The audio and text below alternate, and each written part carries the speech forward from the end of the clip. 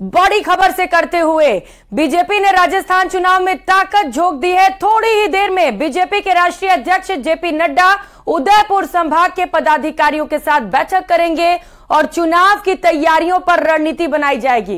इस दौरान उदयपुर संभाग के तमाम प्रमुख नेता भी मौजूद रहेंगे। उदयपुर में बैठकों के बाद बीजेपी अध्यक्ष तकरीबन शाम 4 बजे जोधपुर पहुंचेंगे।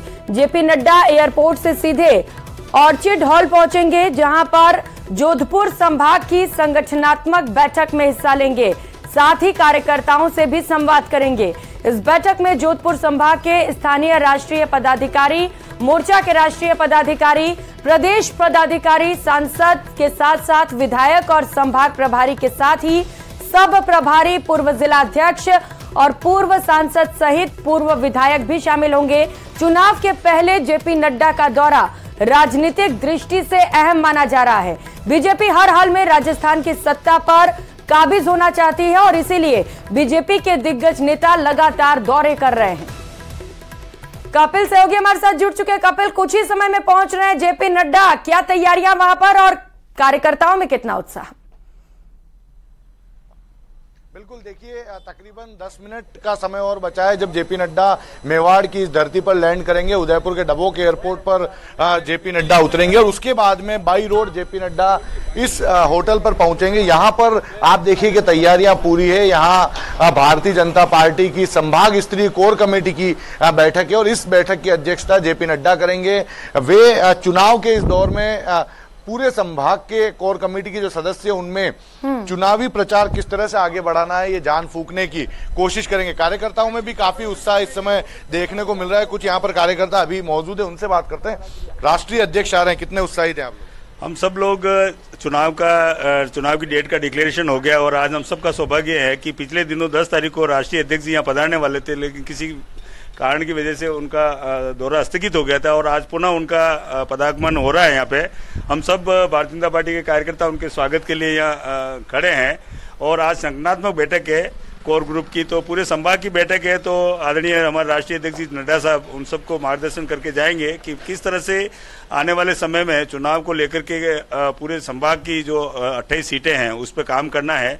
उनके दिशा निर्देशों को ध्यान में रखते हुए हम सब लोग कार्यकर्ता उनका मार्गदर्शन जो हमें मिलेगा यहाँ की कोर ग्रुप को और उनके माध्यम से जो कार्यकर्ताओं को मिलेगा उसकी पालना करते हुए हम लोग सब काम करेंगे। कितनी देर तक चलने वाली है ये बैठक उनकी? इसका तो मुझे गहनता से पूरा ध्यान नहीं है, लेकिन ये 3-4 घंटे बैठक चलेगी और भोजन के बाद में शायद इसका समापन होगा, जैसा मुझे जानकारी में है। बिल्कुल, देखिए तो कार्यकर्ता काफी उत्साहित हैं क्योंकि राष्ट्रीय अध्यक्ष आज चुनावी प्रचार अभियान में जान फूकेंगे और उससे महत्वपूर्ण बात, क्योंकि अभी मेवाड़ अंचल के टिकटों का वितरण होना बाकी है, उनका डिक्लेरेशन बाकी है, तो ऐसे में जेपी नड्डा का ये दौरा बेहद महत्वपूर्ण माना जा रहा है। और यहाँ पर जो जनप्रतिनिधि आएंगे, क्योंकि सिर्फ कोर कमेटी के सदस्यों को बुलाया गया, 2 चरणों में आज ये बैठक चलेगी। आप तस्वीरें भी देखते रहिए कि तैयारियां पूरी है। यहाँ पर जेपी नड्डा के स्वागत के लिए भाजपा के कार्यकर्ता मौजूद है और सुबह 10 बजे के पहले शेड्यूल बताया गया था, लेकिन अब माना जा रहा है कि तकरीबन 11 बजे यहाँ बैठक शुरू होगी। सबसे पहले चरण में उदयपुर की बैठक होगी, जिसमें उदयपुर के अलावा चित्तौड़गढ़ और प्रतापगढ़ जिले के कोर कमेटी के सदस्य इसमें शामिल होंगे और तकरीबन 12:30 बजे के आसपास बांसवाड़ा, डूंगरपुर और राजसमंद जिले के जो पदाधिकारी हैं उनकी बैठक होगी। तो 2 चरणों में ये बैठक होगी। कार्यकर्ताओं में काफी उत्साह इस समय बना। और भी कुछ कार्यकर्ता हैं, हम उनसे बात करने की कोशिश करेंगे कि वे कितना उत्साहित हैं।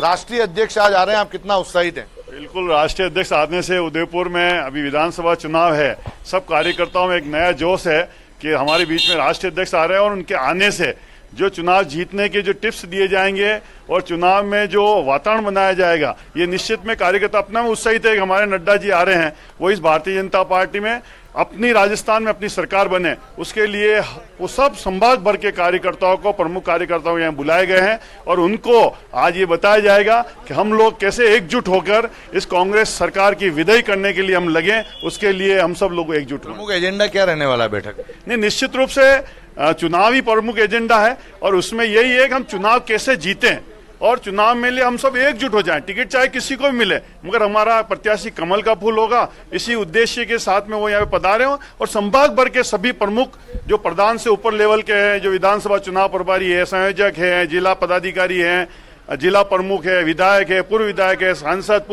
सांसद है, ये सभी रेंज के लोग आज यहाँ पे आ रहे हैं। उनसे वो बात करेंगे और आगे आने वाली रणनीति पे चर्चा करेंगे। एक बड़ी जानकारी निकलकर सामने आई है कि सभी एकजुट होकर चुनाव लड़ेंगे, क्योंकि आप देखिए कि जब पहली लिस्ट भाजपा की सामने आई थी तो बड़ी सामने जो है वो गुटबाजी जो है वो खुलकर सामने आई थी। तो अब जब मेवाड़ की सीटों का जो है वो घोषणा होना बाकी है, तो इस बैठक के अंदर ये भी स्पष्ट तौर से निर्देशित कर दिया जाएगा कि टिकट किसी एक व्यक्ति को मिलेगा, लेकिन पूरी पार्टी को एकजुट होकर लड़ना है। किसी तरह की बगावत जो है टिकट वितरण के बाद में सामने नहीं आनी चाहिए। वो तो देखना होगा कपिल, जब ऐलान किया जाता है उम्मीदवारों का तब कितना एकजुटता वहां पर दिखाई देता है, क्योंकि इससे पहले जब पहली लिस्ट सामने आई थी 41 उम्मीदवारों की, तभी से लगातार बगावती सुर भी उठने लगे हैं। आज की बैठक में हो सकता है टिकटों को लेकर भी चर्चा की जाए। कपिल, क्या लग रहा है, कौन से खास समीकरण साधने की कोशिश की जाएगी मेवाड़ में उम्मीदवारों के जरिए? देखिए बिल्कुल, आप तस्वीरें भी मैं दिखाता रहूंगा साथ में। आप देखिए कि क्योंकि मेवाड़ जो है वो पूरा मेवाड़ संभाग भारतीय जनता पार्टी का गढ़ माना जाता है, तो ऐसे में ये माना जाएगा कि आज भी यही कोशिश होगी कि आने वाले चुनाव में इस भारतीय जनता पार्टी के गढ़ को फिर से भाजपा साधने की रणनीति तैयार करे। और इसके साथ में आप देखिए कि क्योंकि बगावती सुर जो है वो टिकट वितरण के बाद में हमेशा देखने को मिलते हैं, तो आज की बैठक में भी ये स्पष्ट तौर से निर्देशित कर दिया जाएगा। साथ ही टिकट वितरण को लेकर भी चर्चा होने की संभावना है। हालांकि कोर कमेटी के बैठक में टिकट वितरण को लेकर बहुत ज्यादा निर्णय होने की संभावनाएं नहीं नजर आती, लेकिन ये जरूर चर्चाएं की जाएगी कि किन मुद्दों के साथ में यहाँ के कार्यकर्ताओं को जनता के बीच में जाना है। ये राष्ट्रीय अध्यक्ष जेपी नड्डा जो है यहाँ के कोर कमेटी के जो मेंबर संभाग भर के आ रहे हैं, उन्हें बताने की कोशिश करेंगे। एक एजेंडा तय किया जाएगा कि इस एजेंडा के तहत आने वाला विधानसभा चुनाव जो है वो भारतीय जनता पार्टी लड़ने वाली है। जी ठीक है कपिल, अब देखना है कि किसके ऊपर पार्टी भरोसा जताती है और आज के बैठक से क्या कुछ निकलकर सामने आता है। आप नजर बनाए रखिएगा, बड़ा ही महत्वपूर्ण बैठक। कपिल, बहुत शुक्रिया आपका तमाम जानकारियों के लिए। तो कांग्रेस की ललकार, ईआरसीपी चुनावी हथियार, बड़ी खबर का रुख करेंगे। ईआरसीपी पर कांग्रेस का सबसे बड़ा अभियान देखने को मिलने वाला है। आज से बीजेपी के खिलाफ वादा खिलाफी यात्रा की जाएगी। खड़गे से लेकर मुख्यमंत्री अशोक गहलोत और पीसीसी चीफ डोटासरा और रंधावा भी इस यात्रा को रवाना करेंगे। 12 में ईआरसीपी को लेकर कांग्रेस की विशाल जनसभा होगी। आज दोपहर तालाब की पाल पर इस कार्यक्रम का आयोजन होगा। ईआरसीपी में 13 जिले शामिल हैं और इन 13 जिलों के प्रतिनिधि भी इस यात्रा में शामिल होने वाले हैं। तो पूर्वी राजस्थान का सबसे बड़ा मुद्दा ईआरसीपी, कुल 13 जिले इसमें शामिल हैं और इन 13 जिलों के वोट बैंक को साधने की कोशिश की जाएगी। तो रुक कर लेते हैं एक और बड़ी खबर का। मल्लिकार्जुन खड़गे का राजस्थान दौरा और इससे जुड़ी बड़ी खबर और अपडेट आपको बताते चले। सुबह 11 बजे जयपुर एयरपोर्ट पहुंचेंगे रंधावा। सीएम रंधावा डोटासरा से भी मुलाकात करेंगे। हेलीकॉप्टर से 12 के लिए रवाना होंगे। 12 में जनसभा को भी संबोधित करेंगे। तो सुबह 11 बजे का वक्त है। 11 बजे पहुंचने का कार्यक्रम मल्लिकार्जुन खड़गे का, और यहां पर पहुंचने के बाद वो मुख्यमंत्री अशोक गहलोत से लेकर प्रदेश प्रभारी रंधावा और डोटासरा से भी मुलाकात करेंगे। अब चुनाव में बेहद कम वक्त रह गया और ऐसे में सभी दौरों के मायने निकाले जा रहे हैं, सभी मुलाकात के भी मायने हैं। यहां पर मल्लिकार्जुन खड़गे पहुंचेंगे और ईआरसीपी को लेकर एक बड़ी जनसभा होने वाली है, उसमें भी शामिल होंगे। राकेश शर्मा सहयोगी इस वक्त हमारे साथ जुड़ चुके हैं, एयरपोर्ट पर इस वक्त मौजूद है। राकेश, और कितना वक्त मल्लिकार्जुन खड़गे के पहुंचने में और क्या खास कार्यक्रम रहने वाले हैं आज उनके?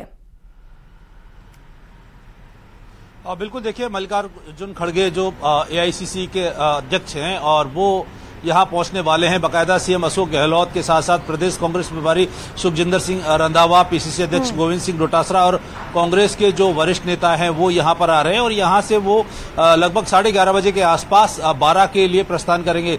चूंकि आज से कांग्रेस जन जागरूक अभियान शुरू कर रही है ईस्टर्न कैनाल राजस्थान प्रोजेक्ट को लेकर के। ये ईआरसीपी 13 जिलों की लाइफलाइन मानी जाती है और 13 जिलों में इस परियोजना से हर आदमी जुड़ा हुआ है। और यहाँ सबसे बड़ी बात यह है कि आज कांग्रेस की इस सभा से चूंकि इसका शुभारंभ आज यहाँ पर मल्लिकार्जुन खड़गे कर रहे हैं, तो कौन कौन नेता यहाँ पर पहुंच पाते हैं, कौन कौन नहीं पहुंच पाते तय होगा, क्योंकि अभी कांग्रेस की टिकटों की सूची जारी नहीं हुई है।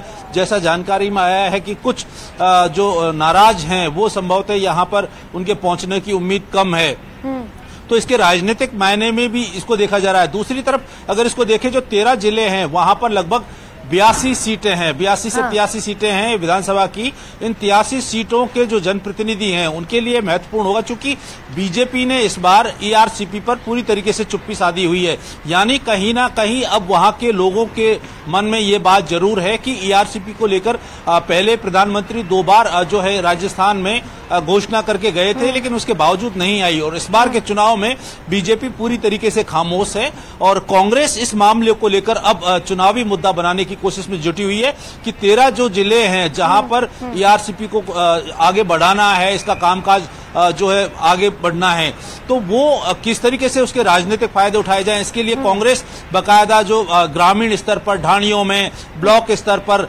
सब जगह जन जागरूकता अभियान चलाएगी। वहां पर रैली, प्रदर्शन और सभाएं आयोजित की जाएंगी। आज मल्लिकार्जुन खड़गे यहां पर आ रहे हैं। 20 तारीख को प्रियंका गांधी वाड्रा के आने की भी जो है उम्मीद है, और वो सिकराय, दौसा सिकराय, जो कि एक सेंटर पॉइंट इधर जो पूरा बेल्ट है, यहाँ पर एक बहुत बड़ा एक जन समूह को यहाँ पर संबोधित करेंगे। यानी कांग्रेस अब जो ईआरसीपी के मुद्दे को लेकर के और विधानसभा चुनाव से पहले भाजपा को घेरना चाहती है, और चूंकि भाजपा की चुप्पी जो ईआरसीपी के मामले को लेकर वो है लोगों के मन में सवाल खड़े कर रही है। ऐसे में अब लोग इस तरफ देख रहे हैं कि भाजपा का रुझान ईआरसीपी पर क्या रहता है, कांग्रेस इस योजना को किस तरीके से आगे बढ़ाएगी। तो अब ये जैसे जैसे चुनाव नजदीक आएंगे, ये मामला 13 जिलों में, क्योंकि ये 13 जिले ऐसे हैं जो राजस्थान की 40% से ज्यादा विधानसभा सीटों का प्रतिनिधित्व करते हैं।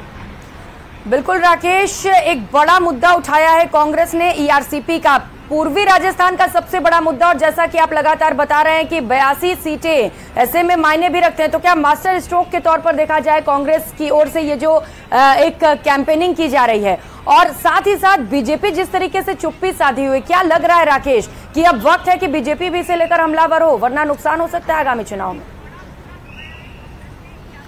बिल्कुल, देखिए जिस तरीके से ईआरसीपी का मामला पिछले कुछ दिनों से उठा है, उसके बाद वहां ग्रामीण इलाकों पर लोगों के मन में ईआरसीपी को लेकर के भावनाएं जागी हैं, और उनको लगता है कि अगर ईआरसीपी नहीं आएगी तो संभवतः बहुत भारी नुकसान, वहां की कृषि, अर्थव्यवस्था, क्षेत्रफल, उद्योग, सब चीज इससे प्रभावित हो रही है। क्योंकि पानी वहां एक बड़ी समस्या है और वो उससे हर आदमी जुड़ा हुआ है, चाहे वो खेती के लिए हो, उद्योगों के लिए हो, पीने के लिए हो। जो पेयजल की जो गहराई है वो बहुत ज्यादा नीचे पहुंच गई है।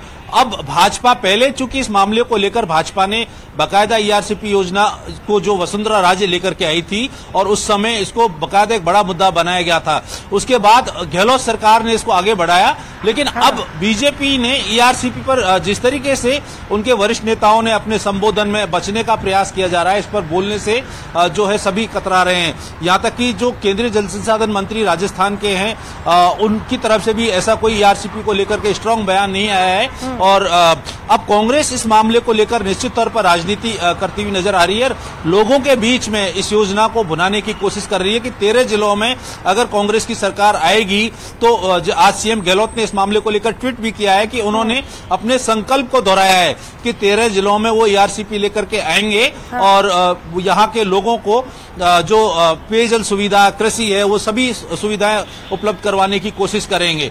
तो अब कांग्रेस निश्चित तौर पर आम जनता के बीच में, ग्रामीण ढाणियों के बीच में वहां पर इस मामले को लेकर के जारी है, और लोगों में इस बात को लेकर उत्सुकता भी है कि आरसीपी परियोजना आखिर उन्हें कब तक मिलेगी, कैसे मिलेगी, कौन उपलब्ध करवाएगा।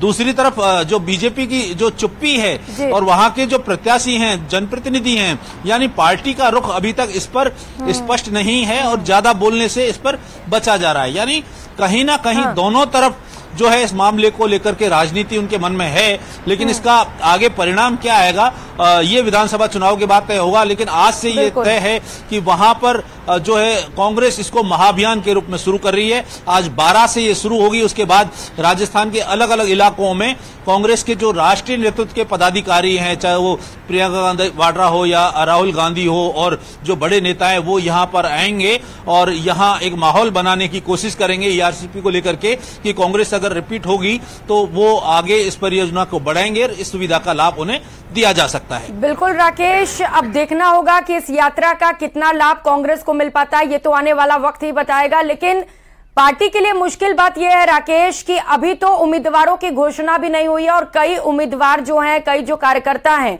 वो अभी से खफा हो गए हैं, खड़गे पहुंच रहे हैं। क्या कोई फॉर्मूला निकालेंगे, उन्हें मनाने की भी कोशिश की जाएगी? बिल्कुल, देखिए जिस तरीके से अभी सूची जारी नहीं हुई है और हम देख सकते हैं, चाहे वो ऑल इंडिया कांग्रेस कमेटी हो या यहाँ राजस्थान में प्रदेश कांग्रेस कमेटी हो, यहाँ टिकटों के बंटवारे को लेकर या टिकट जिस तरीके से दिए जा रहे हैं, जो संभावित प्रत्याशी हैं उनके विरोध प्रदर्शन यहाँ पर शुरू हुए हैं। और चूंकि ये मामला ज्यादातर पूर्वी राजस्थान से ज्यादा सामने आ रहा है कांग्रेस में, अब चूंकि पूर्वी राजस्थान में जिस तरीके से कांग्रेस में हमेशा से जो एक विवादास्पद स्थिति दिखी है सचिन पायलट और अशोक गहलोत के बीच में, तो ये स्थिति कितनी आगे गंभीर बढ़ती है, क्योंकि अभी तक टिकटों का बंटवारा नहीं हुआ है। टिकटों के लिए दबाव बनाने की राजनीति अब इस जो पूरी जन जागरूक अभियान है कांग्रेस का, इसमें सामने आ सकती है कि किस तरीके से जो कांग्रेस के वहां के जो स्थानीय जो नेता हैं या जो टिकट के लिए दावेदारी अपने पास जता रहे हैं, वो अगर उन्हें टिकट की संभावना होगी तो इस आंदोलन को समर्थन देंगे, और अगर उन्हें टिकट की संभावना कम नजर आ रही है तो ऐसे लोग इसको विफल करने का भी प्रयास कर सकते हैं। तो वहां निश्चित तौर पर कांग्रेस में भी इसको लेकर के हलचल है, और ये अब जब ये जनजागरूक अभियान शुरू होगा तब ये तथ्य सामने आएंगे कि वहां पर कांग्रेस कितनी सफलता पाती है और कितना इसका विरोध झेल पाती है। ठीक है, बिल्कुल अब देखना होगा, क्योंकि कार्यकर्ताओं का एकजुट रहना बड़ा ही जरूरी हो जाता है, नहीं तो कोई भी पार्टी दिक्कत में आ सकती है। विपिन तिवारी 12 से इस वक्त हमारे साथ जुड़ चुके हैं। विपिन, क्या जानकारी? मल्लिकार्जुन खड़गे पहुंच रहे हैं, तैयारियां क्या हैं? बिल्कुल, आप देख सकते हैं मेरे पीछे ये वही मंच है जहां पर राजस्थान में कांग्रेस अपना चुनावी शंखनाद करने वाली है, और इसी जगह पर जो है अभी कुछ घंटे बाद मल्लिकार्जुन खड़गे और मुख्यमंत्री अशोक गहलोत, साथ ही प्रदेश अध्यक्ष गोविंद सिंह डोटासरा और प्रदेश प्रभारी सुखिंदर सिंह रंधावा समेत उन 13 जिलों के जनप्रतिनिधि शामिल होंगे जो ईआरसीपी प्रोजेक्ट में शामिल है, और यहीं पर जो है चुनावी शंखनाद किया जाएगा। ये पीछे का दृश्य दिखाना चाहता हूँ, किस तरह व्यवस्थाएं की गई है। देख सकते हैं बड़ा डोम और पांडाल लगाया गया है, जहाँ पर कुर्सियों 30,000 से ज्यादा कुर्सियां लगाई गई हैं, और साथ ही 1 लाख लोगों के बैठने की यहाँ व्यवस्था की गई है। और यहीं पर जो है एक बड़ा आयोजन 12 से इसलिए भी क्योंकि 12 जो है राजस्थान के एक छोर पर बसा हुआ है, और यहीं से चुनावी सभा शुरू होगी और यहाँ से होते हुए सभा राजधानी की ओर बढ़ेगी। तो एक बड़ा महत्वपूर्ण कार्यक्रम है, और सबसे क्योंकि चुनावी जब से आचार संहिता लगी है उसके बाद कह सकते हैं कि बड़ा आयोजन राजस्थान कांग्रेस का होने जा रहा है, और वो 12 से होने जा रहा है। बिल्कुल विपिन, तस्वीरें भी आप दिखा रहे हैं, तैयारियां वहां पूरी कर ली गई हैं, क्योंकि कुछ ही समय में वहां पर मल्लिकार्जुन खड़गे पहुंच रहे हैं और ये आखिरी मौका है। अब चुनाव में बेहद कम वक्त बचा है, ऐसे में जितना भी चुनाव प्रचार प्रसार करना है यही 1 महीने का वक्त रह गया है अब। तो विपिन, यहां पर शक्ति प्रदर्शन भी किया जाएगा आज कांग्रेस की ओर से। क्या कार्यकर्ताओं में आपस में एकजुटता है, सब पहुंचे हैं वहां पर?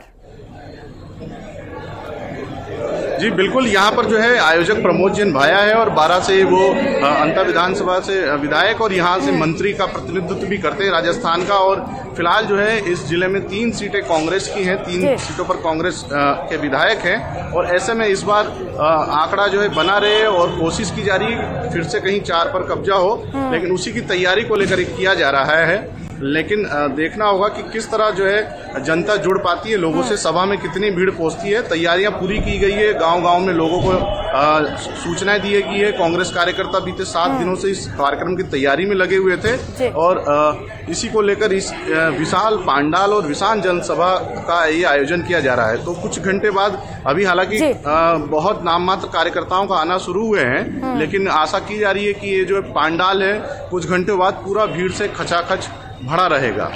बिल्कुल विपिन, अब देखना है कि आम लोग कितना जुड़ पाते हैं, क्योंकि सबसे ज्यादा जरूरी यही हो जाता है कि जन समर्थन मिले किसी भी कैंपेन को। बहुत शुक्रिया आप दोनों सहयोगियों का, नजर बनाए रखिएगा। जैसे ही मल्लिकार्जुन खड़गे पहुंचते हैं हम फौरन आपके पास लौटेंगे। और बीजेपी की ओर से एमपी फॉर्मूले को राजस्थान में लागू करने के बाद कल कांग्रेस की एमपी में पहली लिस्ट जारी हुई, जिसमें कई हारे हुए प्रत्याशियों को फिर से मौका दिया गया। तो ऐसे में चर्चाएं हैं कि अब कांग्रेस भी एमपी के फॉर्मूले को राजस्थान में लागू कर सकती है। ये रिपोर्ट देखिए।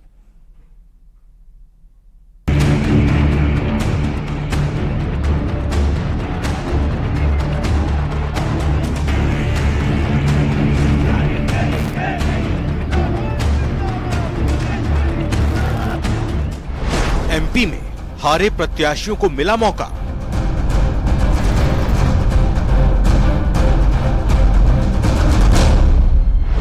कांग्रेस का फॉर्मूला राजस्थान में होगा लागू। जीत ही टिकट का पैमाना। मध्य प्रदेश और छत्तीसगढ़ के लिए कांग्रेस ने प्रत्याशियों की पहली सूची जारी कर दी है। ऐसे में माना जा रहा है कि कभी भी अब राजस्थान के कांग्रेस प्रत्याशियों की सूची जारी हो सकती है। एमपी में कांग्रेस ने कुछ ऐसे चेहरों पर दांव लगाया है जो पिछले चुनाव में हार गए थे, जिसके बाद कयास लगाए जा रहे हैं कि कांग्रेस का यह फॉर्मूला राजस्थान में भी देखने को मिल सकता है। टिकट जारी होने से पहले कांग्रेस के नेता इस फॉर्मूले की ओर इशारा भी कर चुके हैं। पार्टी ने तय किया है कि कोई भी प्रत्याशी भले ही 2-3 चुनाव हार भी गया हो, लेकिन इस बार अगर उसके प्रति जनता में सहानुभूति है तो उसे टिकट देने में पार्टी को कोई ऐतराज नहीं है। हारने वालों के टिकट काटे तो क्या होगा? 24 से ज्यादा नेताओं के राजनीतिक भविष्य पर तलवार लटक जाएगी। कई पूर्व मंत्री और पूर्व विधायक भी टिकट पाने से वंचित रह सकते हैं। टिकट कटने पर नेता बागी होकर निर्दलीय चुनाव लड़ सकते हैं। इसलिए कांग्रेस पार्टी ने हार कर भी अपने क्षेत्र में सक्रिय रहे उन नेताओं की जीत की भी खूब संभावनाएं टटोली हैं, जो इस बार सर्वे में चुनाव जीत सकते हैं। 2 बार चुनाव हारने वाले जयपुर के मालवीय नगर से डॉक्टर अर्चना शर्मा, लूणकरणसर से वीरेंद्र बेनीवाल, श्री डूंगरगढ़ से मंगलाराम गोदारा, पुष्कर से नसीम अख्तर, जैतारण से दिलीप चौधरी, मनोहर थाना से कैलाश मीणा, दीग से मदन लाल वर्मा, सलूंगर से रघुवीर मीणा, गोगुंदा से मांगीलाल गरासिया, रानीवाड़ा से रतन देवासी, चौमू से भगवान साहेब सैनी, कुंभलगढ़ से गणेश परमार, शाहपुरा भीलवाड़ा से महावीर मोची, आहोर से सेवाराम पटेल, खाटोल से नानालाल निनामा, मकराना से जाकिर हुसैन कैसावत। इनके समेत कई ऐसे नेता हैं जो 2 बार विधानसभा का चुनाव हार चुके हैं। कांग्रेस पार्टी के नेताओं का भी साफ कहना है कि इस बार के चुनाव में अगर वो नेता जीतता दिख रहा है तो पार्टी को उसे फिर से टिकट देने में कोई परेशानी नहीं है। और सर्वे रिपोर्ट के अंदर उसकी जीत आनी चाहिए तो हम लोग टिकट देंगे। इस बार ये नहीं रखा है कि वो 2 बार आ रहा है, 3 बार आ रहा है। अगर इसकी रिपोर्ट सही आ रही है, क्योंकि कई बार आदमी 2 बार हारने के बाद भी उसमें पब्लिक में सहानुभूति होती है, जबरदस्त सहानुभूति होती है, तो तीसरी बार वो जबरदस्त वोटों से जीतता भी है। और तीसरी बार हारा हुआ तो मैं वही कह रहा हूँ कि हमारा शीर्ष नेतृत्व इसमें बिल्कुल सक्षम है कि हमने गाइडलाइन एक ही रखी है, जीता हुआ, टिका हुआ और वफादार हो। अगर वफादार है तो उसको टिकट देंगे, जीतने वाला आना चाहिए। अगर लगातार हारे हुए प्रत्याशियों को कांग्रेस ने टिकट से नवाजा तो इस पर बवाल भी मचना तय है। पार्टी के सामने बगावत से निपटने की चुनौती होगी, साथ ही टिकट के उन दावेदारों की उम्मीदें भी टूटेंगी जो टिकट तय मानकर चल रहे थे। देखना होगा कि कांग्रेस का नया विनिंग फॉर्मूला क्या पराजय का बार-बार स्वाद चख चुके नेताओं की जीत की राह पर ले जा पाएगा। जयपुर से बाबूलाल धायल के साथ ब्यूरो रिपोर्ट, न्यूज़ 18 राजस्थान। और करेंगे इस बीच मिल रही एक और बड़ी खबर का। जयपुर से बड़ी खबर है, आज से स्कूलों का वक्त बदल दिया गया है। अब सुबह 10 बजे से प्रदेश के सभी स्कूल खोले जाएंगे। 10 बजे से लेकर शाम 4 बजे तक स्कूलों की टाइमिंग की गई है। ठंड के समय चलते टाइम टेबल में बड़ा बदलाव किया गया है, क्योंकि अब ठंड का वक्त आ चुका है और ऐसे में टाइम टेबल के मुताबिक समय को बदल दिया गया। अब स्कूलों का वक्त क्या होगा ये भी आपको बताते चले। सुबह 10 बजे आपको स्कूल जाना होगा और शाम के 4 बजे आपकी छुट्टी कर दी जाएगी। तो 10 बजे से लेकर शाम 4 बजे तक स्कूल की टाइमिंग कर दी गई है। प्रदेश के सभी स्कूल अब इसी टाइमिंग पर चलेंगे।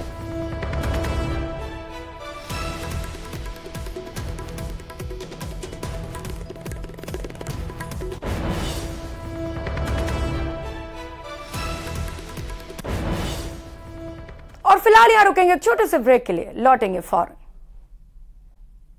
से बड़ी खबर है, बीजेपी अध्यक्ष जेपी नड्डा उदयपुर पहुंचे हुए हैं। डबोक एयरपोर्ट पर जेपी नड्डा पहुंच चुके इस वक्त। ये सबसे बड़ी खबर आपको बता रहे हैं। इस वक्त बीजेपी के राष्ट्रीय अध्यक्ष जेपी नड्डा डबोक एयरपोर्ट पहुंच चुके हैं। स्वागत के लिए वहां पर वसुंधरा राजे, सीपी जोशी और अरुण सिंह मौजूद रहे, जिन्होंने भव्य तरीके से जेपी नड्डा का स्वागत किया।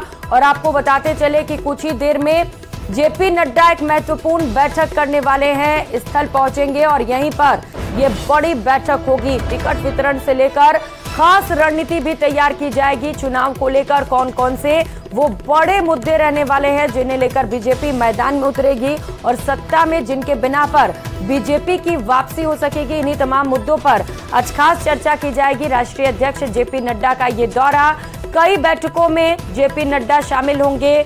इनमें जो बीजेपी के दिग्गज नेता हैं वो भी शामिल रहेंगे और खास रणनीति तैयार की जाएगी। बताते चले कि डबोक एयरपोर्ट पर जैसे ही नड्डा पहुंचे, वहां पर पूर्व सीएम वसुंधरा राजे से लेकर प्रदेश अध्यक्ष सीपी जोशी और प्रभारी अरुण सिंह भी मौजूद रहे। तस्वीरें भी आपको दिखा रहे हैं किस तरीके से जेपी नड्डा के पहुंचने के बाद कार्यकर्ताओं में उत्साह देखने को मिला। और राष्ट्रीय अध्यक्ष जब भी पहुंचते हैं, कार्यकर्ता बेहद उत्साहित नजर आते हैं।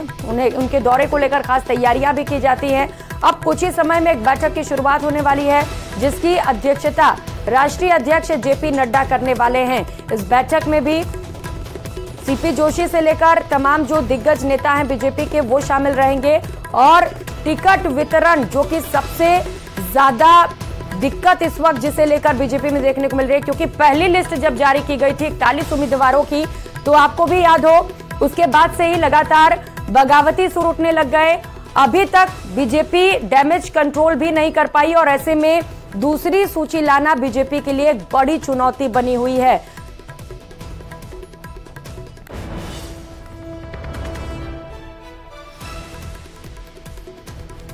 सहयोगी कपिल श्रीमाली इस वक्त सीधे हमारे साथ जुड़ चुके हैं। कपिल, जेपी नड्डा पहुंच चुके हैं, कब से होगी बैठक की शुरुआत? जी बिल्कुल, देखिए डबोक एयरपोर्ट पर जेपी नड्डा पहुंचे थे, जहां पर बीजेपी के प्रदेश अध्यक्ष सीपी जोशी, पूर्व मुख्यमंत्री वसुंधरा राजे और प्रदेश के प्रभारी अरुण सिंह ने उनका स्वागत किया था। और अब वे एयरपोर्ट से रवाना हो चुके हैं और आप देखिए कि हॉवर्ड जॉनसन होटल पर जेपी नड्डा पहुंचने वाले हैं। और यहाँ पर जो कार्यकर्ता है उनका उत्साह देखते ही बनता है। सभी कार्यकर्ता कतारबद्ध होकर हाथों में गुलाब का फूल लिए हुए यहाँ अपने राष्ट्रीय अध्यक्ष का इंतजार कर रहे हैं।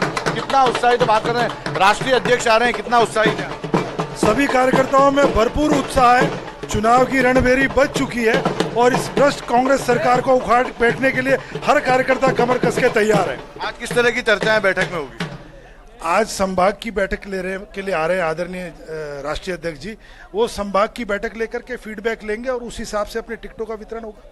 बिल्कुल, देखिए ये फीडबैक भी यहाँ पर बैठक के मार्फत लिया जाएगा। आप देखिए कि बड़ी तादाद में कार्यकर्ता, टिकटार्थी भी पहुंचे हुए हैं क्या वहां पर? कपिल, गुलाब के पुष्प हैं जी, एक बार फिर से दोहराएंगे। टिकटार्थी भी पहुंचे होंगे वहां पर। बिल्कुल, देखिए जो दावेदार है वो निश्चित तौर पर यहाँ पे मौजूद है, क्योंकि बहुत जल्द अब भारतीय जनता पार्टी की लिस्ट जारी होने वाली है। तो टिकट के जो लोग हैं वो भी यहाँ पर पहुंचे हुए हैं। और भी देखिए महिलाएं, क्योंकि अभी हाल ही में केंद्र सरकार ने नारी सशक्तिकरण बिल जारी किया और आज जेपी नड्डा यहाँ जब पहुंचेंगे तो महिलाएं भी स्वागत करेगी। किस तरह से महिलाएं स्वागत करेगी? देखिए महिलाएं अभी यहाँ सब हाथों में फूल लेके खड़ी हुई है और हमारे नड्डा जी राष्ट्रीय अध्यक्ष जी का स्वागत करने के लिए आतुर है, क्योंकि आदरणीय मोदी जी ने जो आरक्षण दिया है महिलाओं को, तो महिलाएं सबसे ज्यादा उत्साहित उस वजह से हैं। और आने वाले समय में राजस्थान के अंदर जिस तरह से इस कुशासित भ्रष्टाचारी सरकार से जो तंग आ गए थे राजस्थान के लोग, उस सरकार को भी उखाड़ के फेंकना है।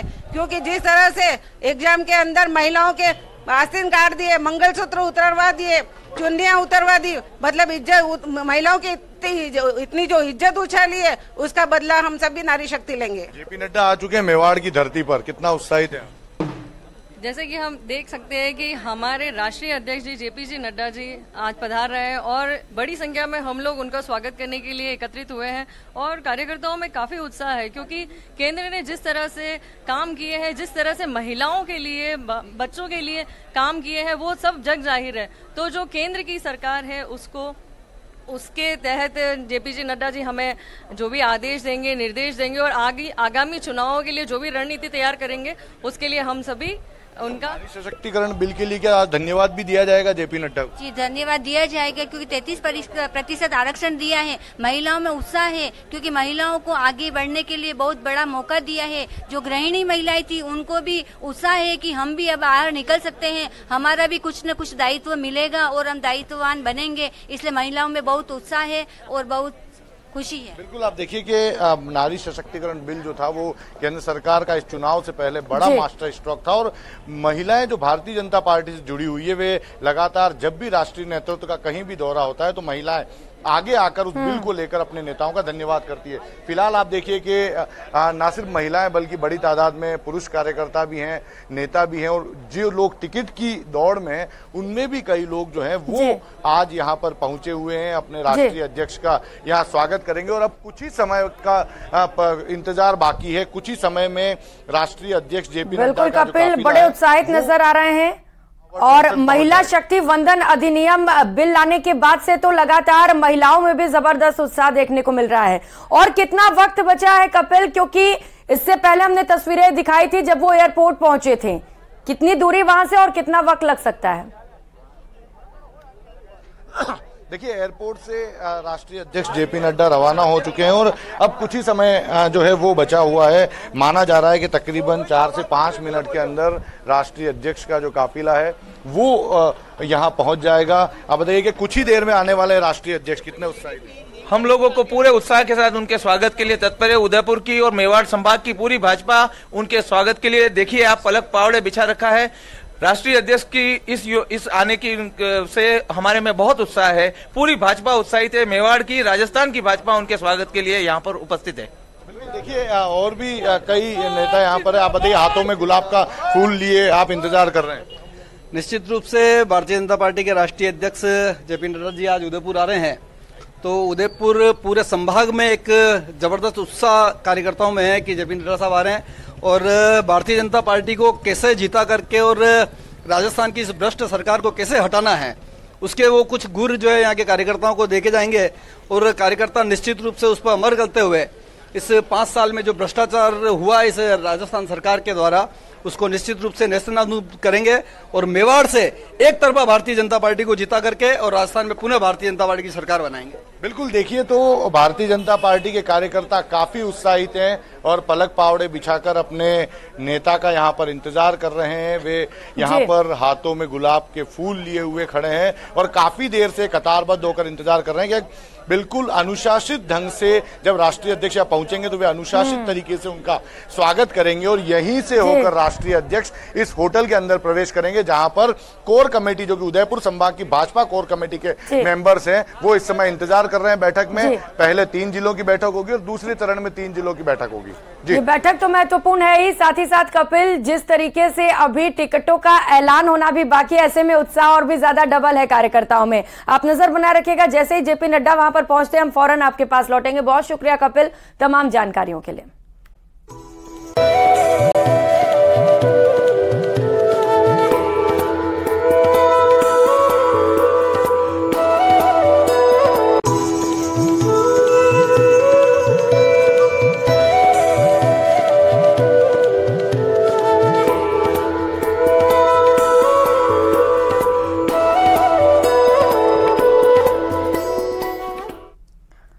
जय दुर्गा मैया।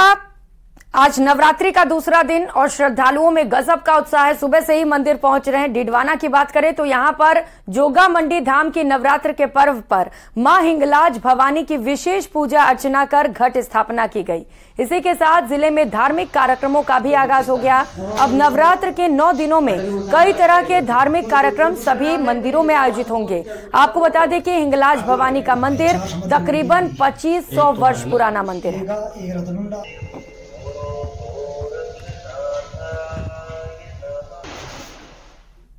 400 वर्ष पूर्व भरती ने यहाँ पे तपस्या की 60 वर्ष और पहले उन्होंने यहाँ पे गुलसी स्थान जाके हिंगलाज माई के दर्शन करके और वहाँ से वो हिंगलाज माई की मूर्ति लेके स्थापना की। और छोटी वाली मूर्ति है ना, छोटी वाली मूर्ति भरतजी महाराज की हाथ की है।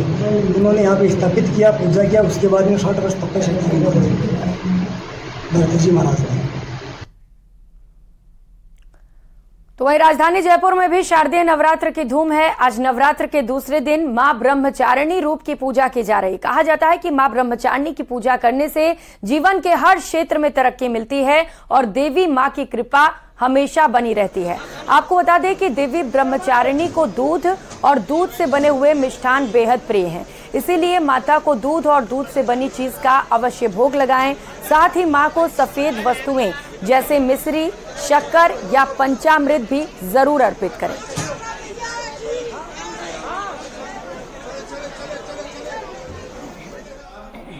शारदीय नवरात्र का दूसरा दिन मां दुर्गा के ब्रह्मचारिणी स्वरूप के रूप में मनाया जाता है। एवं कह लीजिए कि ब्रह्मचारिणी रूप में समर्पित हैं और इसीलिए इस दिन जो पूजा की जाती है इसका शास्त्रोक्त जो विधान है, सबसे पहले ब्रह्म मुहूर्त में स्नान किया जाए, उसके उपरांत मां दुर्गा के ब्रह्मचारिणी स्वरूप को पंचामृत से स्नान कराया है और उसके उपरांत माता को अक्षत, चंदन और रोली का तिलक लगाएं। उसके उपरांत मां ब्रह्मचारिणी को कमल और गुड़हल का फूल अवश्य रूप से चढ़ाएं, क्योंकि ये मां ब्रह्मचारिणी को प्रिय हैं। दूसरी ओर कलश देवता और नवग्रह की विधिवत पूजा करें।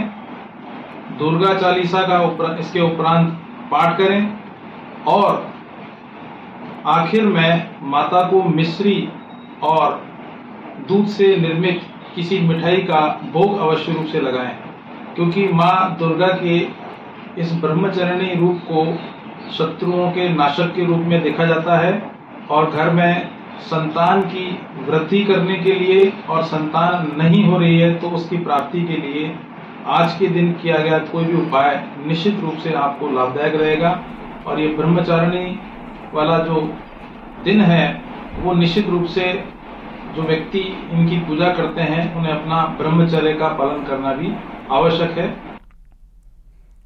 तो वहीं श्रीगंगानगर में शारदीय नवरात्र के दूसरे दिन मां ब्रह्मचारिणी के स्वरूप की पूजा अर्चना की जा रही है। विनोबा बस्ती स्थित श्री दुर्गा माता मंदिर में शारदीय नवरात्र को देखते हुए खास साज सजावट की गई है। सुबह से ही श्रद्धालुओं के आने का सिलसिला जारी है।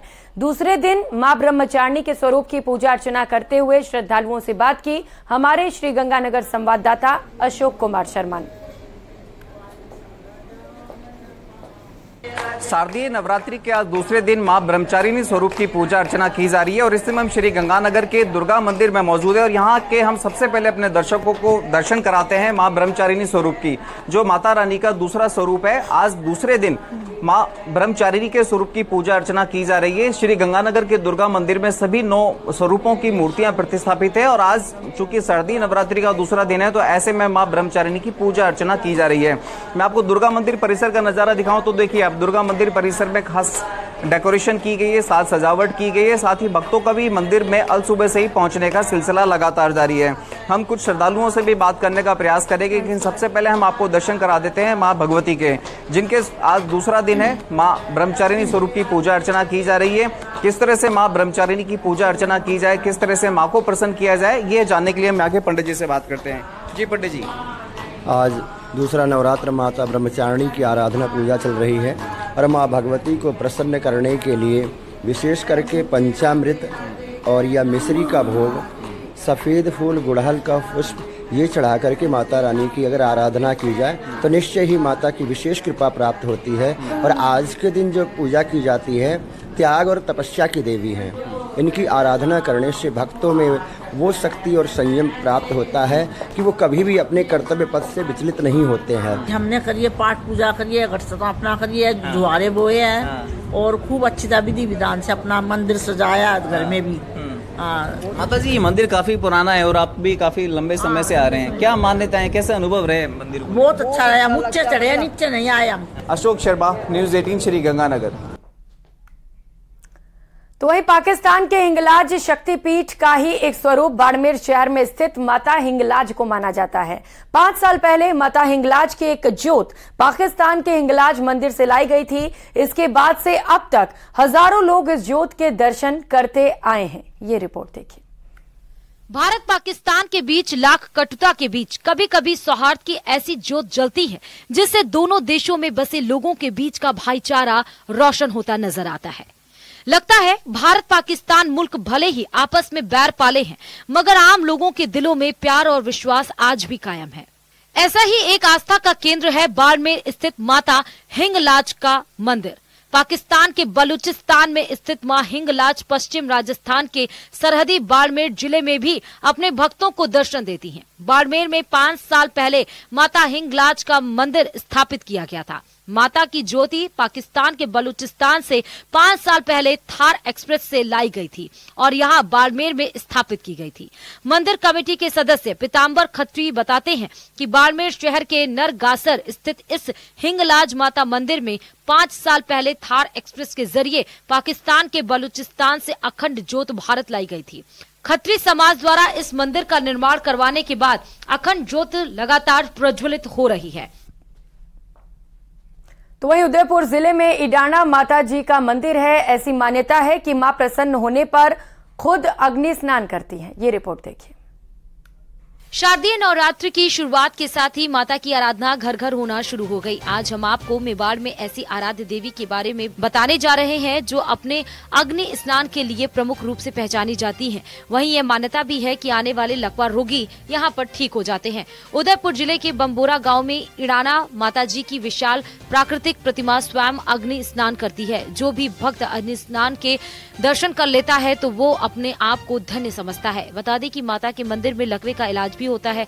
ऐसी मान्यता है कि अगर कोई लकवाग्रस्त व्यक्ति यहाँ आता है तो वह वहाँ से स्वस्थ होकर ही लौटता है। देवी इडाना माँ का यह मंदिर अलौकिक अग्नि स्नान के लिए पूरे देश में प्रसिद्ध बन चुका है। देवी माँ का यह अग्नि स्नान इसलिए और भी महत्वपूर्ण हो जाता है क्योंकि यहाँ जब भी देवी माँ प्रसन्न होती हैं तो स्वतः ही आग की लपटें उठने लगती हैं। इडाना माता को स्थानीय राजा रजवाड़े अपनी कुलदेवी के रूप में पूजते आए हैं।